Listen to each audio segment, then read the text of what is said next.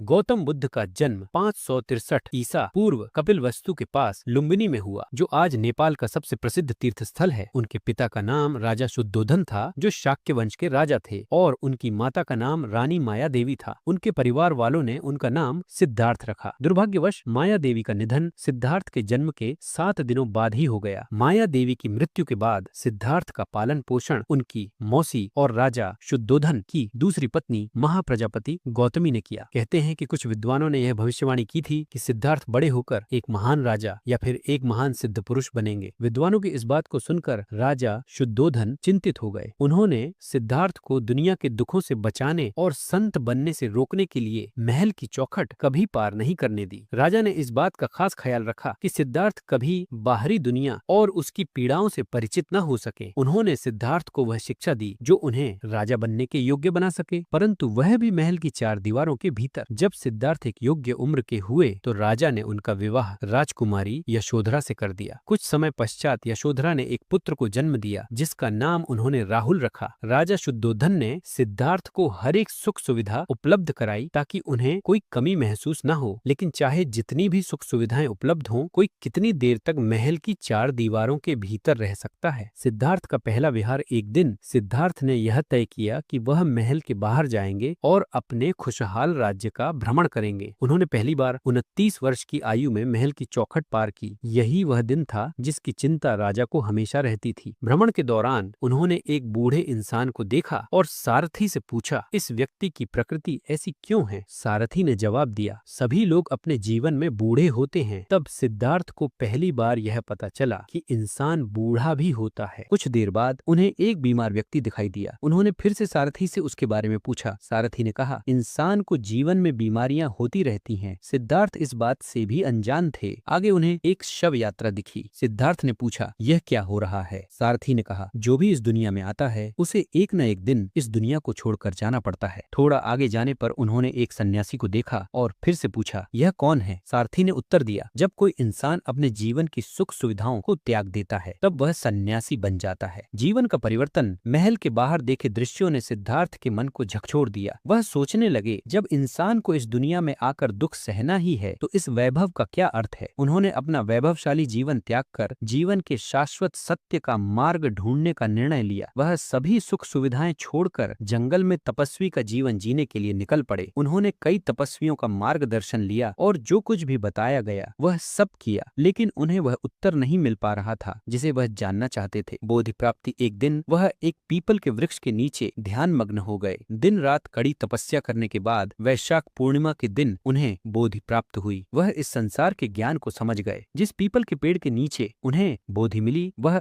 बोधि वृक्ष कहलाया। धर्म का प्रचार। बोधि वृक्ष के नीचे 4 सप्ताह तक उन्होंने धर्म के स्वरूप का चिंतन किया और फिर धर्म का प्रचार करने निकल पड़े। उन्होंने लोगों को मध्यम मार्ग का उपदेश दिया, 4 आर्य सत्य, अष्टांग मार्ग और अहिंसा का प्रचार किया। गौतम बुद्ध के ये उपदेश आज भी करोड़ों लोगों के लिए प्रेरणा का स्रोत हैं।